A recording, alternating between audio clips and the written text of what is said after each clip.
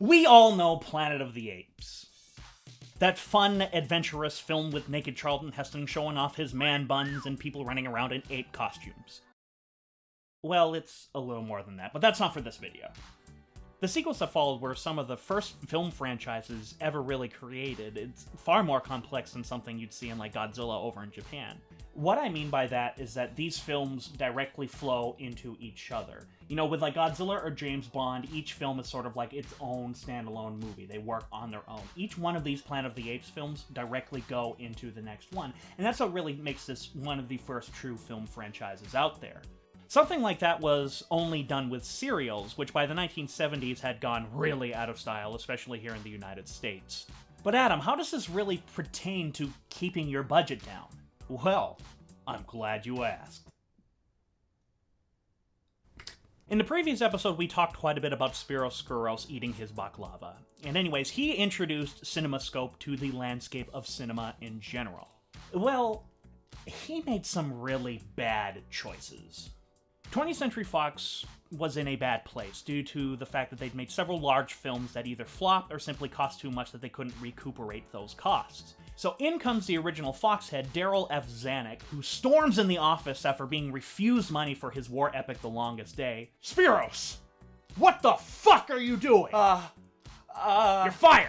Throwing one of my favorite financial coups in history, Zanuck reinstated himself as the head of 20th Century Fox. So in comes Planet of the Apes, which 20th Century Fox greenlights, which also, those films aren't, you know, overly expensive to make. They're pretty accessible to the audience and stuff like that. And yes, I know Darryl Zanuck didn't greenlight that movie. It was his son, Dick. So after the immense success of Planet of the Apes, 20th Century Fox was like, okay, make another one. And with each subsequent sequels, the budgets for the Planet of the Apes films got lower and lower and lower.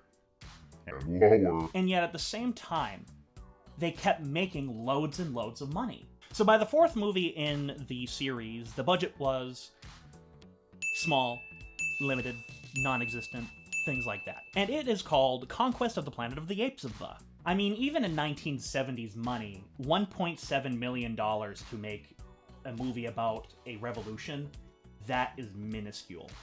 But you need all these ape makeups, which cost a buttload of money.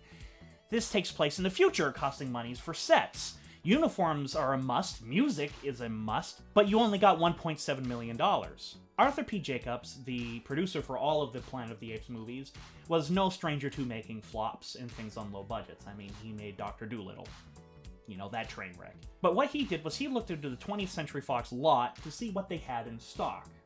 In comes Disaster Artur, the original Michael Bay, Irwin Allen, who made a buttload of content for TV and other movies with 20th Century Fox. He made Voyage to the Bottom of the Sea, which had a lot of neat, futuristic, yet simple-looking costumes. Have the apes simply wear those jumpsuits that they made for the show. It's futuristic, yet simple, and that saved us quite a bit of money right there and there. Irwin Allen's series, The Time Tunnel, had a bunch of electronics and computers for their sets. Bam!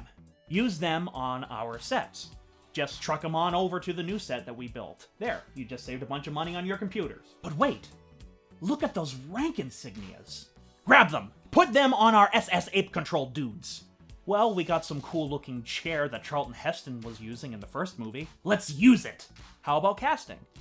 Well, we already have the makeup for Roddy McDowall from the previous movies. Let's just change the hair a bit and bam, you got Caesar.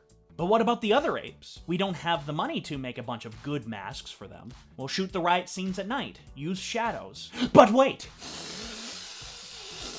There's more. You mean to tell me that the University of California is doing major renovations with a modernist twist? I find all of that shit really inspiring and awesome. Stop wasting millions upon millions of bucks on things that a studio already has in their damn costume department or props. Look at what you got. Look at the locations. Look at what's available to you and just use it. The Star Trek films would do this for Paramount. George A. Romero did this with all of his movies. Roger Corman reused the sets from Star and the Sand Pebbles for his film The St. Valentine's Day Massacre, which, by the way, is another movie made for 20th Century Fox. Even Beneath the Planet of the Apes did this, taking pre-existing sets still standing at the 20th Century Fox backlot, putting paper mache on them, painting it gray, and bam! You got the ruins of New York City and the home of the telepathic mutants. God, that movie is insane. Then comes Todd A.O. Remember them? Well, they wanted to get into the 35mm film business, having dominated the 70mm business. 70mm was going out of style, so it made sense for them to compete with companies like Panavision, which Panavision had shot all of the previous entries in the Apes series. So to experiment, Todd A.O. created an entirely new system, basically using their cameras for 35mm instead of 70mm. Sure enough, it worked. Though Todd A.O. 35 never took off because by then, Panavision basically had the monopoly over anamorphic 35mm film. But the key here is don't experiment with stuff like that on a multi-billion-dollar production. I'm looking at you, Peter Jackson, and The Hobbit. Experiment with that sort of new technology, new techniques on smaller budgeted movies. Because, hey, if it works, it's just a smaller movie. It's not going to, explode like Avengers. And if you lose money on it, you're not losing that much money. Or if it worked, hey, you can now take what you've learned from that smaller movie and put it into your larger film. But damn, if you want to learn how to penny pinch when making your movie, because Lord knows I do that on a fucking daily basis, look to Conquest of the Planet of the Apes for inspiration. It's seriously one of the greatest inspiring stories ever, and damn, I think they actually made a good movie out of it, considering the fact that they had absolutely nothing in their arsenal to work with. It's basically the ABCs on what you want to do.